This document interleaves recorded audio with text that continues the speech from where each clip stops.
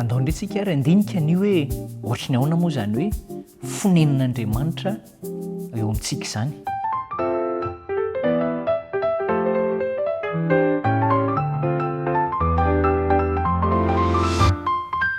Miara-mandinika sika zao ny fonenantsika andavanandro. Inona zany ny hoe marianao amin'ny fonenantsika andavanandro? Ianao zao mamaritra hoe ny ataoko ohatran'izao ny endriny, ohatra hoe carré efamira, sa rond boribory, sa ovale, sa rectangle, arakarak'izay itiavanao azy zay ny endriny. De inona koa ny fanaka ataonao anatiny? De ianao ihany koa no misafidy an'izay. Inona ny safidinao? Asiana n'izao. Ary tsy ekenao mihitsy raha tsy efa le zavatra tena manintona anao fatratra iny no ataonao anatin'ny trano honenanao. De ohatran'izay koa, rehefa avy eo ianao le moninao, ny fanatrehanao no mampiaina an'le hoe trano fonenanao. Fa raha toa ka noarianao fotsiny zay, namboarina fotsiny zay, de avy eo ianao tsy ao, de tsy misy heviny. Izay le hoe fonenana. De ohatran'izay ihany koa ny hoe fonenan'Andriamanitra, kanefa de mihoatra lavitra ny tokony ho takatritsika ao anatin'izay. Ny anankiray de zao, na ny Egyptianina aza de nanana ny fitoeran'Andriamanina ihany koa. Ary inona ny mahasamihafa azy amin'ny zavatra fantatsika momba an'Andriamanitra?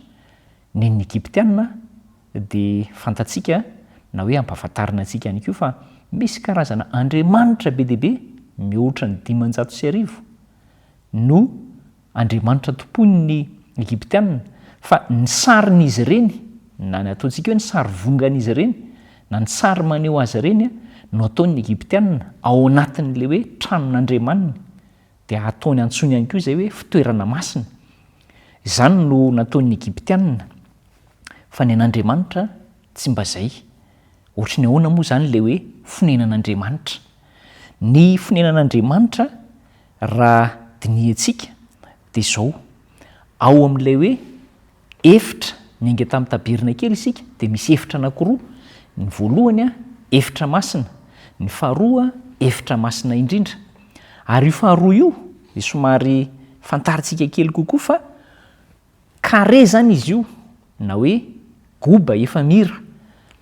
De mitovy daholo na ny sakany, na ny lavany, na ny havony. Izay ny endrik'izy io zany raha jerena amin'ny tena mahaizy azy. De ao amin'io efitra kely goba na carré io isika, cube io zany, no honenan'Andriamanitra ao amin'le faharoa ny efitra masina indrindra. De ao ambadiky ny efitra lamba, zany hoe sarahana efitra lamba izy io, de ao zany ilay fonenan'Andriamanitra. Voafaritra mazava ao amin'ny Exodus sy ny bokin'ny Levitikosy izany resaka rehetra resantsika zany. De arak'le resantsika teo hoe misy fanaka ao. Inona ary ny fanaka? Ao amin'ilay trano na lay fitoerana na lay fonenan'Andriamanitra de fanaka tokana ny ao, de ilay antsoina hoe ny fiaran'ny fanekena. Tsy hoe ny sarin'Andriamanitra zany ny ao, de hoe io ny endriny, na hoe io ny paoziny io izitsika, fa ny fiaran'ny fanekena. Lay asa ataon'Andriamanitra amintsika no zava-dehibe amin'Andriamanitra zany, fa tsy hoe nataony ho hita hoe tahaka ny an'ny Egyptianina hoe sarina omby, na sarina sahona, na sarina liona, na sarina arakarak'izay tian'ny Egyptianina nanehoana n'ilay Andriamanina, fa de ny fiaran'ny fanekena izay mirakitra ny vavolombelona hoy izy, de ny didin'Andriamanitra no fanaka tokana ao anatin'izany trano efamira kely na cube izany. Izany no nampisehoan'Andriamanitra tamin'ny zanak'Israely tamin'izany fotoana fa eo no honenany. De samy mandinika ihany koa isika, fa tsy hoe monina fotsiny izy, fa tena manatrika.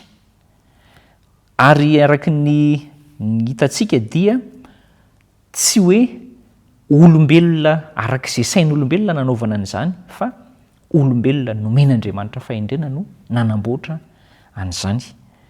De ohatran'izany zasy ianao, omen'Andriamanitra saina isika rehefa manolo tena ho azy, andeha amin'ny fahitsiana, omen'Andriamanitra saina endry fahalalana isika, de manao ny sitrapony no ataontsika. dia zao anefa nonona teo amintsika Andriamanitra, nonona teo amin'ny zanak'Israely Andriamanitra, fa saingy tsy natao hitan'ny mason'olombelona izy. Araka ny voalazan'ny saotra masina mantsy hoe tsy misy mahazo mahita an'Andriamanitra, fa izay mahita an'Andriamanitra dia tsy maintsy maty. Tsy natao hitan'ny mason'olombelona izany Andriamanitra, fa natao hitan'ny masontsika kosa voafetra ny fanatrehany. Amin'ny fiainantsika andavanandro iny mbola azo atao ny mahita ny fanatrehany, na dia tsy hita mivantana azy izy dia tsapa, fa rehefa manao ny sitrapony ianao miaraka aminy dia manatrika anao, monina eo aminao izy, ary izay fonenany eo amintsika izay no ilay andehanantsika eo aminy isan'andro. Ka raha toa ka azontsika tsara zany ilay hoe fonenan'Andriamanitra tamin'izany fotoana teo anivon'ny zanak'Israely, ary mbola mitohy ankehitriny monina eo anivontsika, dia ho valiantsika fanaovana ny sitrapony kosa izany.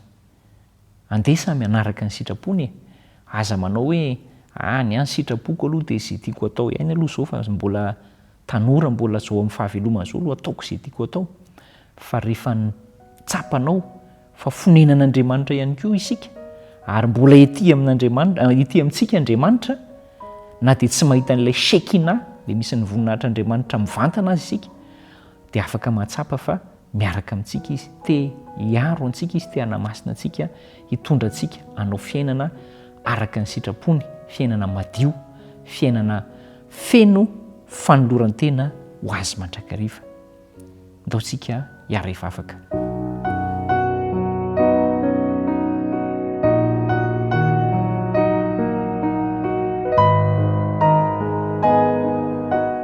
Misaotra indrindra Tompo fa monina ety aminay ianao, ary na dia simba ny fahotana azy izahay dia mbola afaka harenina indray ao amin'ny Kristy. Ampio zahay hahatsapa lalina ny hevitra izany ho an'ny tenanay manokana, mba tsy hanaovanay arak'izay sitrakay na araka ny filana, fa arak'izay sitrakao ihany.